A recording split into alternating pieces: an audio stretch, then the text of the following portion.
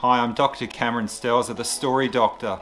I often get asked, where do I get my inspiration from? Well, my latest book, which is called Scallywags and the Wham Kabam Gran, was inspired by a number of things.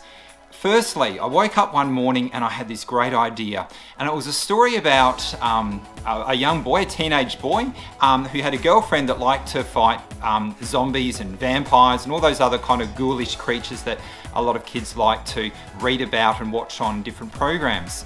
I went and had a shower that morning, and as I was in the shower I decided, well, probably wasn't really what I was going to create with my series at the time. My audience is primary school children rather than high schoolers, and I try to avoid a lot of those supernatural themes in the stories. So by the time I'd finished and gotten ready to go out to run a workshop, I had changed my ideas, and it had become a story about a child's grandmother who liked to wrestle. And that became Scallywags and the Wham Kabam Gran, which is a combination of Grandparents' Day and a new sport called Pirate Extreme Wrestling.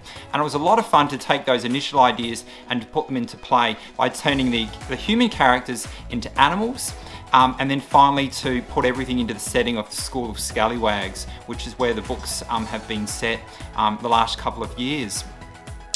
What I did then is had a look at the different characters. I looked at what kids were into in terms of video games and the boys and girls that like wrestling and different sports, and I tried to come up with something a bit unique, something interesting, which had a lot of the action without too much violence. So there's a big difference between those two. So if you get to read the story, you'll actually discover that it's more about the chasing and the excitement rather than anything that's too physical where anyone actually gets hurt.